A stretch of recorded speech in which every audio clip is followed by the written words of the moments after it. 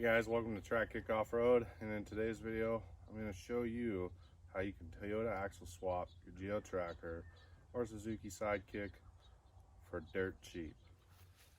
So first things first, I'm going to assume you already have Toyota axles and this is what you want to do. I'm not going to include the price of axles and little miscellaneous things, but I'm going to show you how to get it started for cheap. Obviously I can't show you how to do it because it's already done, but I can walk you through the things you need and just give you some ideas of how to accomplish it. Now what we're going to be talking about using is leaf springs and leaf springs only, and that's doing leaf spring front and rear. They sell a Trail Slayer kit from Trail Tough. It's a lot of money.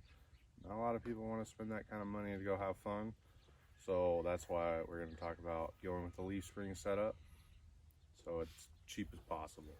So the first thing you're going to want to try to find is the leaf springs. You can go to your local junkyard or just cruise Facebook Marketplace, Craigslist, whatever you want to use. You're going to be looking for Toyota rears. You're going to be looking for Chevy 63s. I'm using, well, this has Ford F-150 springs, but I recommend just getting Chevy 63s. They're going to be easier to get, cheaper to get, and I mean there's millions and millions of them out there.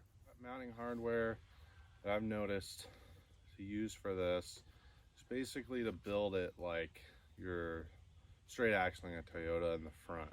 So that's using like the frame jigs with the tubes. So your shackles are in the rear here, and then you have a hanger up front. Now in the rear, you're going to want to use a leaf spring hanger, and you're going to want to use shackle hangers. I'm going to tag all these parts you can get from a company called Rough Stuff. I'm not sponsored by them, but I think they give you the best value for your money. Now in the rear, I don't have those shackle hangers that I'm describing, but I'm going to put a picture in right after this clip. This also is a good setup. It works, but I think you can get the shackle hangers and they're already pretty much pre-built and they're relatively cheap. In the front, you're going to get those frame tubes, and then you're going to just weld them in, and you're basically sassing a Toyota at that point. Now, one thing I would change is chop this body mount out of the way just a little bit, because this doesn't have it done and it just interferes. That's one thing I would recommend changing, is just chopping the body mount a little bit. In the front, you're basically extending and dropping the frame just a little bit. I don't have precise measurements, but you're gonna have to play around with it and figure out what you want and what you need, because everything's gonna be a little different. So in this case, it's just plated and dropped with just some, scrap metal, and then it's just got spring hangers welded to the front here, and it works pretty good on this. And I'd recommend trying to copy this. Obviously, again, I can't show you how to do it because it was already done, but this is going to give you some ideas of what you need to do in the front. So unfortunately, this is going to be the only part you're not going to be able to purchase. You're going to have to fabricate this on your own. And to keep this cheap, I'm assuming you already have fabrication tools and experience, because that's a very expensive factor in this. So if you have this or these skills and tools, then you can do this for relatively cheap. So it's going to be the same thing in the rear. You're going to have to do some fabricating. I think this is like an old Jeep bumper that's just rotated to the side, and that's how this was built, and it works good. But you can just A, extend this frame, or B, what I would do is, this is factory. You can come out with this, and then you can mount your shackle hangers to the back of that bumper, and your shackles are just going to be, they're going to be outboarded, but you can build some protection. I'll see if I can find a picture of what I'm suggesting to give you an idea. For the front portion of your rear springs, you're gonna have to outboard your spring hanger from the frame. I'm not 100% sure, again, on the measurements, but let's say you have your axle and your perches, you could put the leaf spring on there and just start kind of mocking everything up. You can see how this is outboarded probably 4 inches or so. And this is all just custom made stuff. But what you can do is you can get a piece of like, rectangular tubing and weld it to your frame, box it in, guess it, make it strong. And then, like I said, I'll link a spring hanger that you could just weld to the bottom of that to outboard it. So now that you have an idea how to mount your springs to the frame, now we're going to talk about shock mounting and how it's done on this and other ways that you can do it. So for the front shocks, it still has this factory strut tower. You can leave it, it's just fine. You can get shock hoops, you can do whatever you want. But if you're trying to keep it cheap, you can use these factory shock or strut towers and they'll work just fine. But you need to custom make an upper shock mount like that that'll bolt into the factory holes. That's just some 2x2 square tubing with just some tabs welded on it. It's held great. That's just some plate cut to fit, holes drilled. You can make that really cheap. I don't know if you can buy anything like that, but that's another thing you're going to have to fabricate. So for the lower shock mount, I'm just going to kind of show you an idea of what you can do.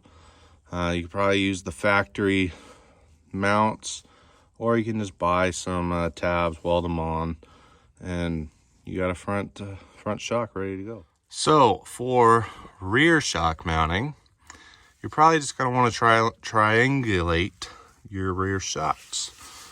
Now, you can tell I only have one, and that's just because it was poorly welded and that tab broke off. But basically, you can just get a piece of tubing, cut it to size, put it in there, weld it up, weld some shock tabs to it, get some shock tabs on your rear axle, bolt them shocks in, you're good to go. That's a really, really cheap thing. If you don't want to spend money on DOM, just get some black pipe. You'll be fine. It's just shocks, right? So other miscellaneous stuff you're going to obviously need is U-bolts and plates. You'll probably want to do a U-bolt flip kit. Just buy some U-bolts, buy a plate, get them up on there. That's a really cheap thing to do. And then next is your steering. I honestly have no idea if this is custom steering or if it's factory Toyota steering. I highly doubt it. Maybe it is, I don't really know. But if this is, now you have a reference that stock Toyota steering does work. You can use your factory pitman arm that's on your geo tracker. It works pretty good. Now I do plan on changing this steering setup up. It works, but it doesn't work that great. I think it's just because it just sucks. So what I'm going to try to do is use the Samurai to Toyota high steer kit from Trail Gear. I think it's going to work. I need to do some more research, but if it does work, obviously I'll let you know. That'll be a good alternative to your Toyota steering on your geo tracker. I don't know what I'm saying. Yeah, I'm getting nice and dirty down there rolling around in the dirt for you guys. Anyway, the next thing you're gonna have to figure out to make it drivable, because now you got it sitting on its own weight, it's good to go. You're gonna need drive shafts. In the front, I'm using a square tube drive shaft. On the axle end, it is the Toyota flange, and on the transfer case end, it is the Suzuki flange. You get 2 pieces of different diameter square tubing, weld them together, and then you have that telescopic feature of a normal drive shaft. Now you can just go have the drive shaft built, but this is the cheapest way to do it. For the rear drive shaft, you're just going to use your stock drive shaft from your Suzuki or Geo Tracker. I'm going to recommend you use a hack and tap from Trail Tough, and you're going to use the Suzuki to Toyota driveline adapters from Low Range Off-Road.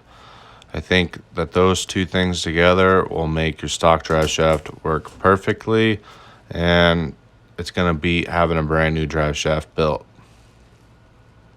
So there you have it. Those are all the essential things you're going to need to cheaply swap Toyota axles on your Geo Tracker or Suzuki Sidekick.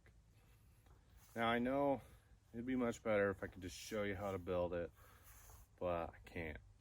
So I'm just giving you the best walk around that I can of how to build it yourself, and just go have fun. You know, go out. You know, you don't need a shop. You do it in your driveway. You can do it in the gravel. Whatever it takes. You can get this thing on some Toyota axles and get out with your buddies and have a good time. So in the end, your parts list is going to look like this. Toyota rears for the front, Chevy 63s for the rear. You're going to need spring hangers. You're going to need shackle hangers. You're going to need shackles. You're going to need U-bolts. You're going to need everything to build your shocks, steering, and drive shafts. This thing, it'll be ready to rock. I'm going to try to put together a list of how much it costs at the end to complete a build like this, and just kind of point you guys in the right direction of what to get if you choose to do this.